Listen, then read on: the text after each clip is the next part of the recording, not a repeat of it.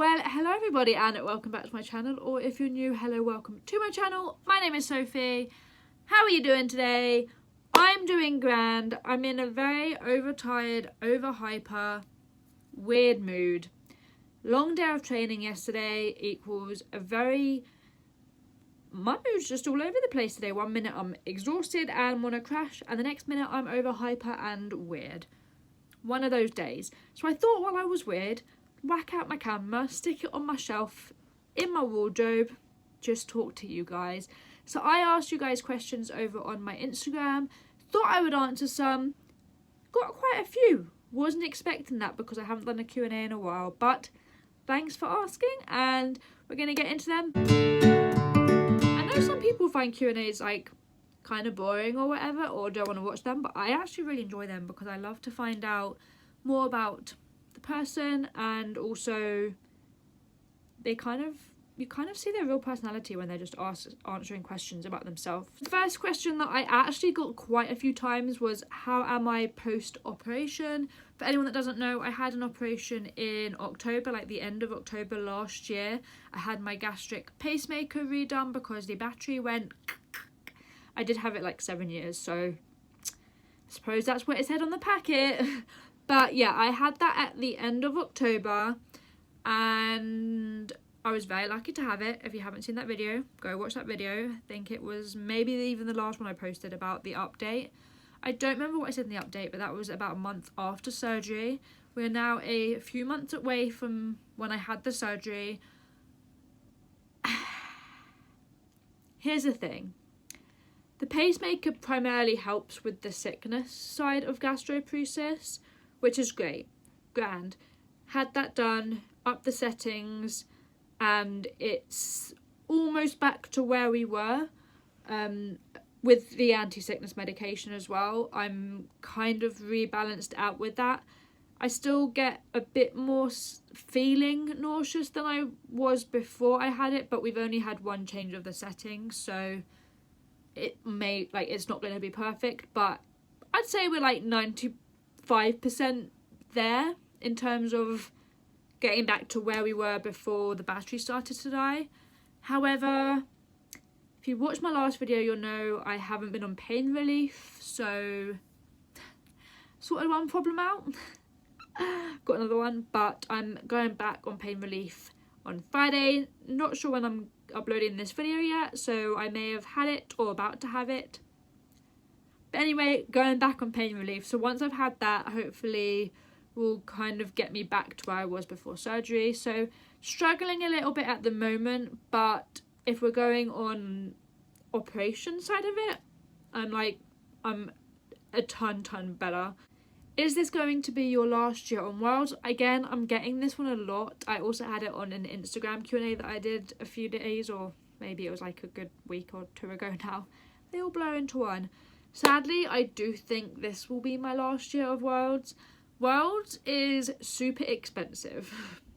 Just throwing that out there. Entry fees expensive, obviously plane tickets, accommodation, training costs and everything like that. It does come to be expensive, and it then ends up that going to Florida is my main holiday of a year, or maybe only holiday of a year, and I want to see other parts of the world. I want to experience other places and go on holiday with my fiance or like a friend. I want to be able to just see other things. So although Worlds is my absolute favourite competition I have personally ever done, and I love it, especially ICU chair, I think this will be my third and final year, unless I win the lottery or something drastic happens. I know everyone says that, but like honestly, as much as I love it, I do want to experience other parts of the world. I have a list of places that I'd love to visit, so yeah, I think it is. And also just moving out in, well, like 6 months or something, so moving out this year, like there's going to be a lot of change in my life, and it's all going to come with costs and things like that. So yeah, I think it is going to be my last year, so I'm going to make it the best, and the best vlog, and I have all my vlogs to watch back, which I love doing. I absolutely love watching my world's vlogs back. They're like my favourite videos to watch back. So yeah. Favourite cheer team. Anyone that knows me will know I am obsessed with great white sharks. They are my dream team. Oh, I love great white sharks. If I could afford it, and if I even thought I was good enough or had the tumbles, I would 100% move to Canada just to be on great white sharks. Or American dream team and absolute favourite team, Top Gun. Obsessed with Top Gun. Also just found out that this year we get to train at Top Gun twice, which, oh my god. Whew! What a way to end your last year on cheer. Training in one of your absolute dream team gyms. I cannot wait. Yeah, I'm a little bit excited about that. But anyway, Top Gun, especially 005. Ooh, another dream team that if I could afford, I would totally... Well, A, if I could afford. B, if I was a co-ed stunter. Although I do like dual base and stuff, not a flyer. And I'm pretty sure almost all of the girls, if not all of the girls on 00 are flyers. They might base in some bits, but they are all flyers. They all are in the air at some point. I'm not that. I'm also not a level 6 tumbler, so another one there. But yeah, 005, Top Gun, and Great White Sharks. I really like this next question because it is not one that I think I have ever seen before and not a typical one that you would get. And that is, what is your favourite thing about having a chronic illness? Like, you never hear anyone say that. So, Amy, you're a freaking legend. That's an awesome question and you're awesome. But my favourite thing would probably be... I think I have two. I think one would be I have definitely found out who my true friends and family are. Like, who is going to be there for me and that kind of thing. So I love that because I just can't stand fake people. So I love that.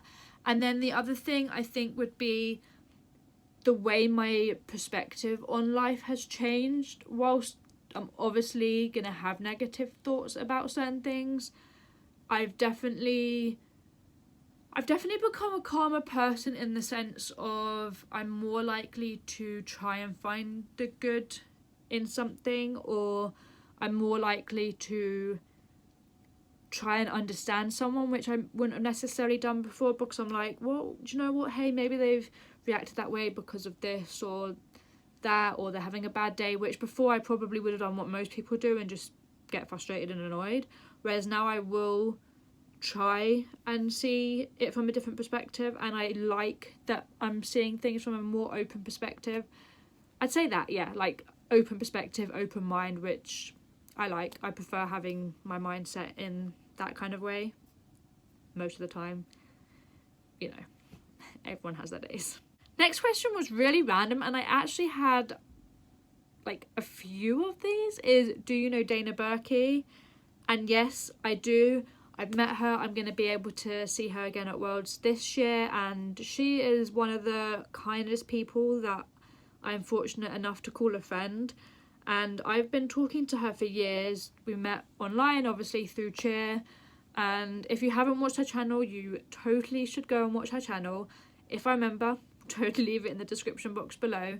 But yeah, she is just an amazing human being, and she's so passionate. And yeah, I do know her. Absolutely love her. She's going to be in my Worlds vlog again this year. Going to be in hers.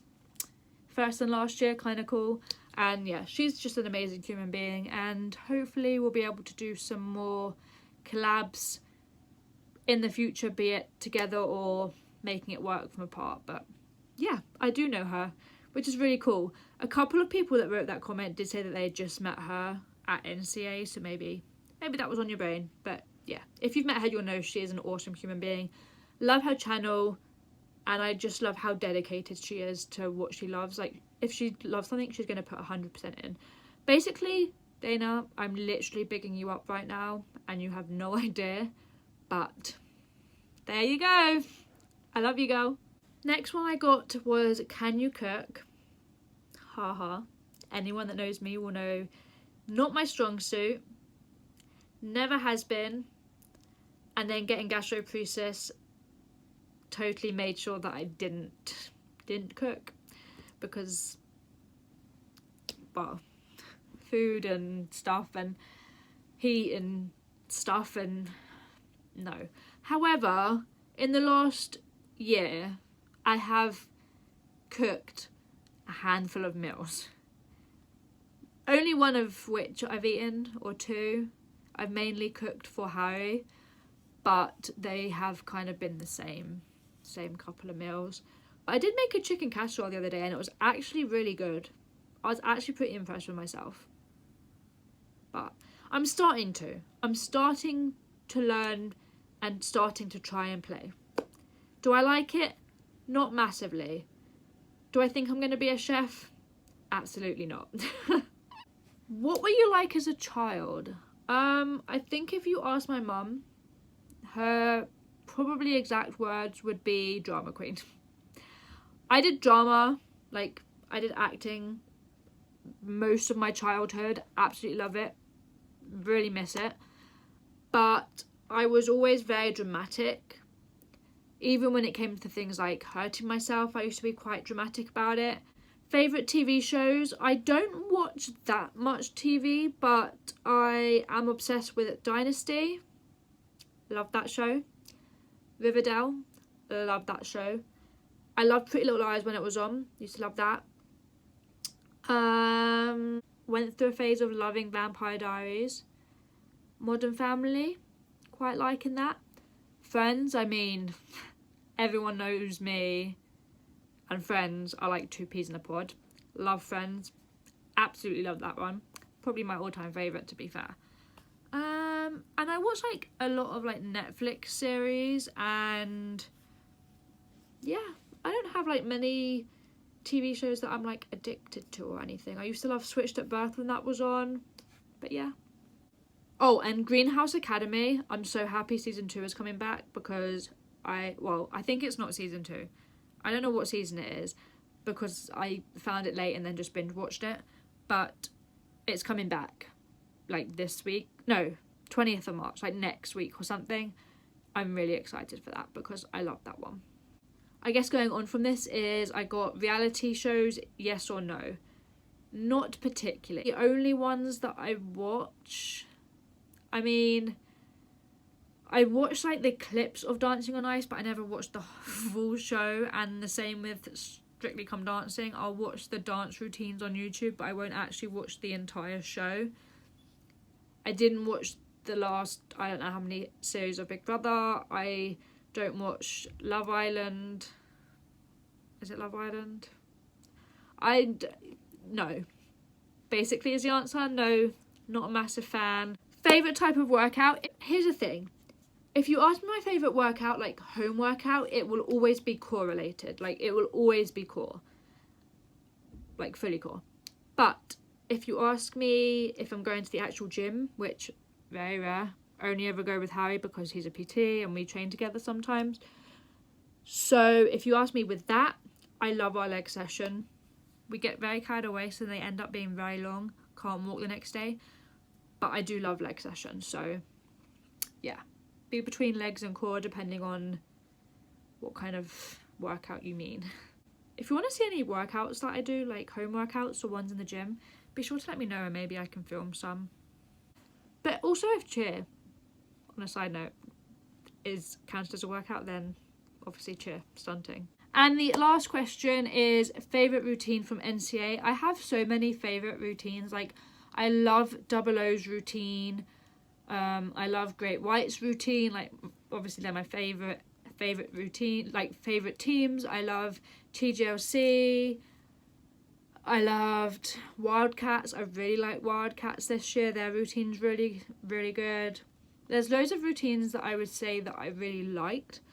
But one that actually really sticks in my head, and like, don't get me wrong, level 1, not my favourite level.